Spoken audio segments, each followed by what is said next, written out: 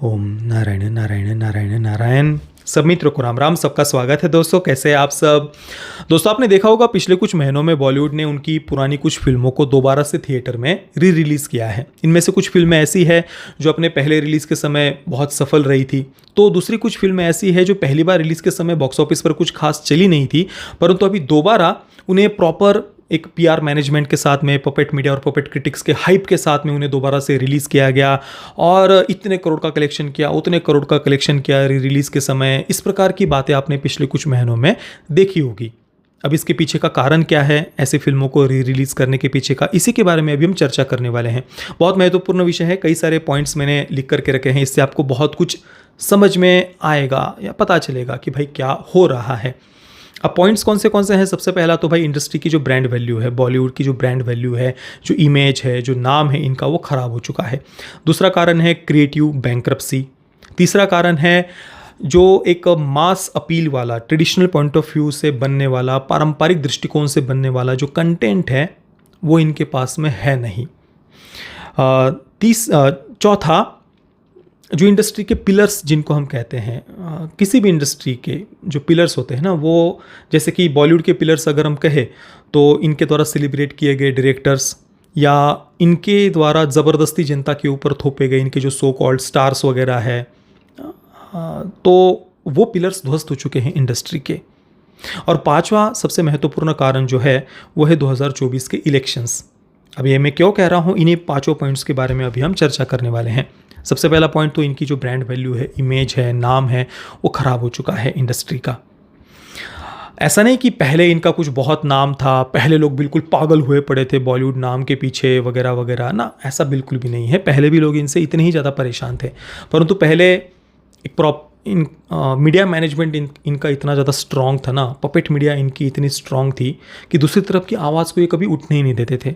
अपने propaganda content बनाकर उनको मास्टरपीस बताकर जनता के ऊपर थोप देते थे और दूसरे किसी को बोलने ही नहीं देते थे। हाँ, तो इतना इनका दबदबा, या अपने आप को ही कुछ डेमीगॉड्स वगैरह समझ करके ये लोग बैठे हुए थे कि हम जो बोलेंगे, जैसा बोलेंगे, जो बोलेंगे वही तुमको मानना पड़ेगा, उसी को मास्टरपीस कहना पड़ेगा। दूसरी तरफ का कुछ कोई बोल दे तो उसको पागल घोषित कर देना, मूर्ख घोषित कर देना, उसको लिंच करना वगैरह वगैरह, ये बिल्कुल धड़ल्ले से चलता था पहले इंडस्ट्री में। परंतु पिछले 6-7 वर्षों में जब से सोशल मीडिया पर लोग अधिक संख्या में, सामान्य जनता जुड़ी है सोशल मीडिया से, उसके बाद से इनका जो मीडिया मैनेजमेंट था वो पूरी तरीके से हिल गया है। अभी लोग खुलकर अपनी बातें सोशल मीडिया पर कह रहे हैं। तो पहले भी लोग परेशान ही थे इंडस्ट्री के प्रोपेगेंडा कंटेंट से, पर उन्हें अपनी आवाज़ रखने के लिए जगह नहीं थी। तो अभी वो खुलकर अपनी बातें कह रहे हैं तो इनका प्रोपेगेंडा चल नहीं पा रहा है। तो इस कारण से इंडस्ट्री की जो ब्रांड वैल्यू, इमेज वैल्यू या जो नाम है वो पूरी तरीके से ख़राब हो चुका है। और ये बात इंडस्ट्री अभी भी मानने को तैयार नहीं है। अंदर अंदर से तो जानते हैं, मानते भी है, परंतु ओपनली ये मान नहीं रहे, कह नहीं रहे कि ये जो कुछ भी किया है ये हमारे प्रोपेगेंडा कंटेंट के कारण, हमारे द्वारा फैलाई गई गंदगी के कारण हो रहा है। अभी भी जनता को ही दोष देने की मानसिकता इनकी हमें दिखाई देती है। 2-3 वर्ष पहले तक कहते भी थे कि इन लोगों के कारण, ये ट्रोल्स के कारण ऐसा हो रहा है। और फिर इन्होंने कुछ प्रोपेगेंडा फिल्में भी बनाई, जैसे कि चुप नाम की एक फिल्म बनाई, या फिर अक्षय कुमार की भी वो सेल्फी वगैरह की कुछ फिल्म आई थी। उसमें भी आप देख लीजिए बॉलीवुड को क्रिटिसाइज़ करने वालों पर कैसे तंज इन्होंने कसा था। और भी कुछ इनका कुछ एक्शन हीरो वगैरह नाम की एक फिल्म आई थी आयुष्मान खुराना की, उसमें भी इंडस्ट्री की आलोचना करने वालों पर ये तंज कस रहे हैं। तो दूसरों को ट्रोल करना है, दूसरों का मजाक उड़ाना है, अपने आप में झांक कर नहीं देखना। हालांकि वो सब भी इन्होंने करके देख लिया, फिर भी कुछ फ़र्क नहीं पड़ा, तो अभी वो भी, उसमें भी थोड़ा सा कमी आई हुई हम देख रहे हैं। पर अभी भी इंडस्ट्री अपने आप में झांकने की मानसिकता उनकी बनी नहीं है, ऐसा ही मुझे लग रहा है। तो ये पहला कारण हो गया। दूसरा कारण क्रिएटिव बैंक्रप्सी। इसकी तो हमेशा से इंडस्ट्री शिकार रही है पर पहले चल जाता था, मीडिया मैनेजमेंट कह लीजिए, या उस समय OTT पर कंटेंट उतना उपलब्ध भी नहीं था, तो चल जाता था इनका प्रोपेगेंडा। तो क्रिएटिव बैंक्रप्सी, इसमें देखिए 3 प्रकार का कंटेंट हमेशा से बॉलीवुड बनाता आया है। एक तो रीमेक, तो पहले OTT या यूट्यूब पर प्रादेशिक भाषाओं की फिल्में डब वर्जन में अवेलेबल नहीं होती थी उतना, तो रीमेक वगैरह इनके चल जाते थे। दूसरा इनका कंटेंट ये बनाते हैं रीमेक के अलावा, जो मास अपील करने वाला जो कंटेंट, अगर ये ओरिजिनल बनाते हैं ना, जो रीमेक नहीं हो, तो वो इतना गंदा और भद्दा बना देते हैं ना कि वो मास से इसको अपील करना तो छोड़ दीजिए, वो बिल्कुल क्रिंज या टॉर्चर बन के रह जाता है। जैसे कि रेस 3 ले लीजिए, ठग्स ऑफ हिंदुस्तान ले लीजिए, या फिर इनका वो सिकंदर अभी हाल ही का उदाहरण ले लीजिए, या इनका पूरा वो वो क्या स्पाई यूनिवर्स वगैरह जो भी है वो उठा करके देख लीजिए, पठान वगैरह जो भी है। ये ओरिजिनल कंटेंट के नाम पर जब मास कंटेंट बनाने जाते हैं ना, मसाला कंटेंट, तो इस प्रकार का कुछ कचरा ये लोग बना करके रख देते हैं। तो या तो रीमेक बनाते थे या फिर मास कंटेंट के नाम पर ऐसा कचरा बनाते थे। और तीसरा इनका प्रोपेगेंडा कंटेंट, वहाँ पर इनका बहुत दिमाग चलता है, वहाँ पर बड़ी क्रिएटिविटी इनकी झलक झलक उछल उछल कर सामने आती है।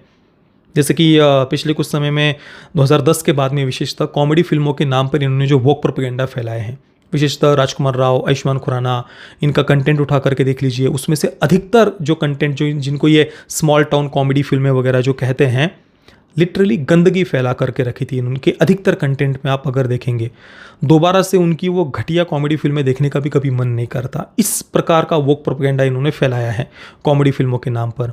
या फिर इनकी आर्ट हाउस फिल्में, उनमें भी वही वोक प्रोपेगेंडा इनका चलता है। तो इस प्रकार का कंटेंट ये 3 बनाते आते थे, तो रिमेक कर करके इनका ओवरऑल चल जाता था बिजनेस वगैरह। प्रोपेगेंडा कंटेंट इनका वो खुद ही अपने पैरों पर कुल्हाड़ी मारते ही जा रहे थे। पहले तो थोड़ा बहुत चला भी लेते थे, स्मॉल टाउन स्टोरीज वगैरह हाइप बना करके जनता को थिएटर तक ले करके आते थे। पर धीरे धीरे लोगों ने देखा कि नहीं यार, ये तो कुछ और ही टॉर्चर कर रहे हैं थिएटर में हमें ला करके। तो बार बार आप एक जस्ट हाइप क्रिएट करके किसी बात को मास्टरपीस बता करके वो प्रोपेगेंडा नहीं चला सकते। जनता टूटती है इससे, थिएटर से। ये शांति से दर्शक थिएटर में आकर के किसी कंटेंट को एंजॉय करे, ये इनसे हजम नहीं होता। हॉरर कॉमेडी में भी इनको प्रोपेगेंडा डालना है, फैमिली ड्रामा के नाम पर भी प्रोपेगेंडा ही परोसना है, परिवार तोड़ने के मैसेज देने हैं। और तीसरा पॉइंट भी हमारा यही था कि मासेस को अपील करने वाला, ट्रेडिशनल पॉइंट ऑफ व्यू से सोचने वाला कंटेंट इनके पास नहीं है, क्योंकि ऐसे जो ज़मीन से जुड़े हुए फिल्म मेकर्स है या लेखक है, उनको इंडस्ट्री में जगह नहीं देनी है ना। अपने चेले चपाटे, इनकी वाहवाही या जी हजूरी चाटोकारिता करने वाले जो राइटर्स फिल्म मेकर्स है, उनको ही इनको आगे बढ़ावा देना है, जो ज़मीन से पूरी तरीके से टूट चुके हैं। और ज़मीन से जुड़ने के नाम पर जो स्मॉल टाउन स्टोरीज वगैरह लेकर के आते हैं, उसमें भी इनको प्रोपेगेंडा ही परोसना है। भारत के गाँव की जब इनको याद आती तो उनकी छवि, उनको बिल्कुल दरिंदे घिनौने मॉन्स्टर्स के अड्डे के रूप में इनको प्रस्तुत करना है। गाँवों को भी ग्राउंड रियलिटी जानते ही नहीं है ना, एक अपनी काल्पनिक दुनिया में जीते हैं। तो मासेस को अपील करने वाला पारंपरिक दृष्टिकोण से बना हुआ जो कंटेंट है वो इनके पास है नहीं। और ऐसा कंटेंट बनाने वाले जो लेखक हो, दिग्दर्शक हो, वो भी इनके पास नहीं है। और इसी कारण से फैमिली ड्रामा के नाम पर भी कभी रॉकी रानी बना करके रख देते हैं, कभी सत्य प्रेम की कथा बना करके रख देते हैं, या फिर वो जो इनका स्मॉल टाउन स्टोरीज वगैरह जो होती है उनमें भी कभी वो सेक्सुअल लिबरेशन, कभी क्या, यही ये लोग सब चलाते रहते हैं। तो 3 पॉइंट हमारे हो गए। चौथा पॉइंट है इनके जो पिलर्स थे, इनके द्वारा सेलिब्रेट किए गए डायरेक्टर्स और इनके द्वारा ज़बरदस्ती जनता के ऊपर थोपे गए इनके जो सो कॉल्ड स्टार्स है, सो कॉल्ड राजा महाराजा इंडस्ट्री के, वो पिलर्स ध्वस्त हो चुके हैं। वो पहले से ही कभी उनकी कोई ऐसी इमेज नहीं थी, परंतु आज से 7-8 वर्ष पहले अगर आप जाएंगे, याद करिए उस समय को इंडस्ट्री कैसे हाइप बनाती थी इनके सो कॉल्ड स्टार्स की, कि फलाना चॉकलेट बॉय है, फलाने के पीछे तो लड़कियां बिल्कुल पागल है, नस काटती हुई घूम रही है, फलाने की शादी हो गई या फलाना किसी अफेयर में है तो हज़ारों लाखों करोड़ों लड़कियां जैसे जान दे रही है, पागल हो गई है, बौखला गई है, इतने लड़कों के दिल टूट गए, उतनी लड़कियों के दिल टूट गए, या फलाने एक्टर के पीछे इतने लोग पागल है, अपने घरों को ऐसे एक्टर का नाम दे रहे हैं, अपने घरों में ऐसी इमेजेस लगा करके रखी है फलाने एक्टर की। वो पूरा PR वगैरह मीडिया मैनेजमेंट के द्वारा प्राइम टाइम शोज़ में ऐसे लोगों को मेन स्ट्रीम में लाया जाता था कि देखो ये इस एक्टर के पीछे पागल, ये इस स्टार के पीछे पागल। ये ब्रांड वैल्यू क्रिएट करने के तरीके थे। तो 6-7-8 वर्ष पहले तक ये धड़ल्ले से इनका नंगा नाच चल रहा था लिटरली। और फिर फैन आर्मीज, फैन बॉयज़, फिर दूसरा कुछ बोल दे तो उसको लिंच करो, रेप थ्रेट्स दो, डेथ थ्रेट्स दो, दूसरों की आवाज़ दबाओ। ये लिबर्टी के झंडे लेकर के चलते हैं, अभिव्यक्ति की आज़ादी के झंडे लेकर के चलने वाले लोग इस प्रकार से दूसरों को लिंच करते थे। ये फैन आर्मीज़ के माध्यम से या पूरा PR मैनेजमेंट वगैरह के माध्यम से ऐसी हाइप बना करके रखी थी। और जिन लोगों की ऐसी हाइप बना करके रखी थी ना, ये तो हो गए स्टार्स की बात है, सो कॉल्ड स्टार्स की इनकी। दूसरी तरफ इनके जो डायरेक्टर्स थे, सेलिब्रेटेड डायरेक्टर्स, वो ज़्यादातर वामपंथी विचारधारा के ही थे। आप देख लीजिए जो प्रोपेगेंडा फिल्में इन्होंने बनाई 2004 से 14 के बीच में, उन फिल्म मेकर्स को ये कैसे सेलिब्रेट करते थे। और जनता को मूर्ख सिद्ध करना, तुमको आर्ट की समझ कहाँ है, ये सही मायने में एकदम मास्टरपीस बनाने वाले डायरेक्टर है, ये तुमको आर्ट की समझ ही नहीं है, ये है सेलिब्रेटेड डायरेक्टर्स, ये भारत का मार्टिन स्कॉर्सेज़ी है, वो भारत का वो है, वो भारत, ये ऐसे कुछ सेलिब्रेटेड डायरेक्टर्स थे और ऐसे कुछ सो कॉल्ड सेलिब्रेटेड इनके सो कॉल्ड स्टार्स थे। तो ये जो पिलर्स थे ना इंडस्ट्री के, वो ध्वस्त हो चुके हैं। तो इनमें से कुछ का डायरेक्टर्स तो बोल रहे हैं कि मैं साउथ में जा रहा हूँ, कुछ डायरेक्टर्स का तो इंडस्ट्री भी उनको फंड करने से डर रही है, कुछ को किया तो उनका कंटेंट भी नहीं चल रहा। ऐसे वामपंथी डायरेक्टर्स को ज़्यादातर OTT के माध्यम से ही फंड किया जा रहा है, वहाँ पर भी उनके कंटेंट को जनता नकार ही रही है। तो ये इनकी प्रॉब्लम है, इनके पिलर्स ध्वस्त हो चुके हैं ऐसे।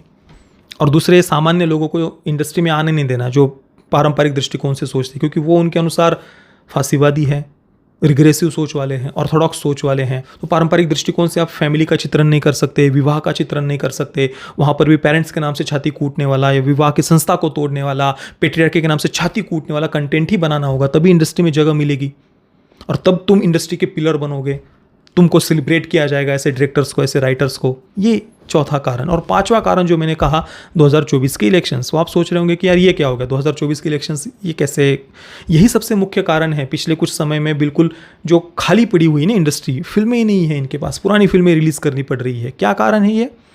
2024 के जो इलेक्शंस थे वहाँ पर इंडस्ट्री ने थोड़ा सा ब्रेक ले लिया था इलेक्शन से पहले, आप देख लीजिए। ये देखना चाह रहे थे कि भाई 24 में मोदी सरकार बनती है या नहीं। अगर नहीं बनती मोदी सरकार 2024 में, तो फिर ये अपने पुराने ट्रैक पर आ जाते जो 2004 से 14 के बीच में इन्होंने प्रोपेगेंडा कंटेंट बनाना शुरू कर दिया था ना, भारत को इस्लामोफोबिक होने का सर्टिफिकेट देने वाला, हिंदुओं को जितना हो सके जात पात के नाम पर लड़वाने वाला, ये सब जो पूरा धड़ल्ले से इन्होंने शुरू कर दिया था वामपंथियों के दृष्टिकोण से बनने वाला कंटेंट, ये उस ट्रैक पर फिर आ जाते। तो इंडस्ट्री ने थोड़ा सा ब्रेक ले लिया था 2024 से पहले कि देखते हैं भाई क्या इलेक्शन का रिजल्ट आता है। अगर मोदी सरकार नहीं आती तो हम चले जाएंगे अपने पुराने ट्रैक पर, और अगर मोदी सरकार आती तो फिर सोचेंगे, फिर दिखावे के राष्ट्रवाद वाला कंटेंट कैसे बनाना है, इसकी स्ट्रैटेजी फिर उसके बाद तय करेंगे इलेक्शन के बाद में। और इसी कारण से पिछले एक वर्ष में बिल्कुल ज़्यादा कुछ नया कंटेंट नहीं दिखेगा। हर एक महीने में कोई इक्का दुक्का बड़ी फिल्म केवल रिलीज़ हो रही है, आप देख लीजिए, जो काफ़ी 1.5-2 वर्ष पहले से अनाउंस हो चुकी थी, ऐसी फिल्में रिलीज़ हो रही है। तो किसी भी फिल्म को बनने में इसका pre production, shooting, editing, post production जो भी कुछ भी होता है इनका, एक डेढ़ वर्ष का समय तो उतना लगता ही है ना। तो जब पिछले वर्ष के इलेक्शन से पहले से इन्होंने थोड़ा सा ब्रेक ले लिया था, तो स्वाभाविक सी बात है अभी तुरंत तो कंटेंट आ नहीं जाएगा ना। तो अभी जो पहले का बनाया है या जो पहले से प्रोजेक्ट्स बन रहे थे, वो अभी एक थोड़ा करके रिलीज़ कर रहे हैं। और जिन प्रोजेक्ट्स को इन्होंने थोड़ा सा रोक करके रखा था कि देखते हैं इनको हरी झंडी देनी है या लाल झंडी देनी है, वो भी इलेक्शन के बाद में उन्होंने कई सारे प्रोजेक्ट्स को थाम दिया है, रोक दिया है। और दूसरे कुछ प्रोजेक्ट्स ऐसे जो दिखावे के राष्ट्रवाद वाले प्रोजेक्ट्स हैं उनको हरी झंडी दी, वो फिर धीरे धीरे बनने लग गए। स्क्रिप्ट में जिन प्रोजेक्ट्स की कुछ स्क्रिप्ट्स को भी रोक करके रखा था कि भाई इसमें सामाजिक चित्रण, पारिवारिक चित्रण कैसा होना चाहिए, कितना टॉक्सिक हम जा सकते हैं, कितना नहीं जा सकते, तो फिर वो इलेक्शन के बाद में कुछ चेंजेस वगैरह हुए हैं वगैरह, बहुत कुछ हुआ है। तो अभी जब देखा है कि भाई सरकार तो स्टेबल है, तो अभी धीरे धीरे आने वाले समय में आपको देखने को मिलेगा दिखावे के राष्ट्रवाद वाली, इनके ढोंग और पाखंड से भरी हुई दिखावे के राष्ट्रवाद वाली बहुत सारी फिल्में आपको देखने को मिलेंगी। जैसे कि अभी ढोंग के लिए सही हिंदू त्योहारों पर कुछ शुभकामनाएं वगैरह देते हुए आपको ये दिखाई देंगे। हालांकि हिंदू त्योहारों को कभी भी रीति रिवाजों के साथ मनाते हुए आपने नहीं देखा होगा बॉलीवुड वालों को। वो पिछले 1-2 वर्षों में थोड़ा बहुत अभी दिखावे के लिए करने लग गए हैं, पर 2021-22 से पहले आपको कभी भी ये देखने को नहीं मिलेगा। ये सब ढोंग पिछले 2-3 वर्षों में इन्होंने शुरू किया है। और जो मैंने कहा कि आने वाले समय में कुछ ढोंग और पाखंड से भरा हुआ दिखावे के राष्ट्रवाद वाला कंटेंट आएगा, वो भी बहुत सटल वे में ये लोग करेंगे। मतलब पिछले 2019 से 24 के बीच में जो मोदी जी का टर्म था, यहाँ पर इन्होंने सम्राट पृथ्वीराज हो, आदि पुरुष हो, इस प्रकार से राष्ट्रवाद का मजाक उड़ाने वाली जो कुछ फिल्में बनाई थी, बिल्कुल उस लेवल की निम्न स्तर की फिल्में तो अभी नहीं आएंगी। अभी उससे थोड़ा सा बेटर क्वालिटी के साथ में, सटल वे में, प्रोपेगेंडा के साथ में कुछ दिखावे का राष्ट्रवाद ये लोग लेकर के आएंगे। या फिर बिल्कुल ही कुछ बी ग्रेड वाला, वो तो बनते ही आ रहा है। देखा ही हमने पिछले 4-5 वर्षों में कितना बी ग्रेड क्वालिटी का बिल्कुल राष्ट्रवादी कंटेंट आया है। इंडस्ट्री चाहकर भी कुछ राष्ट्रवादी कंटेंट या फिर ट्रेडिशनल पॉइंट ऑफ व्यू वाला कंटेंट नहीं बना सकती, क्योंकि वैसे दृष्टिकोण वाले फिल्म मेकर्स इनके पास है ही नहीं। जो है वो बिल्कुल वामपंथी या वोक मेंटेलिटी वाले हैं। तो दोस्तों, जो भी पॉइंट्स मैंने आपको बताए हैं, इन पर आपके विचार क्या है मुझे आप नीचे कमेंट में अवश्य बताना। ये वीडियो देखने के लिए आप सभी मित्रों का बहुत बहुत धन्यवाद। जय श्री राम, वंदे मातरम।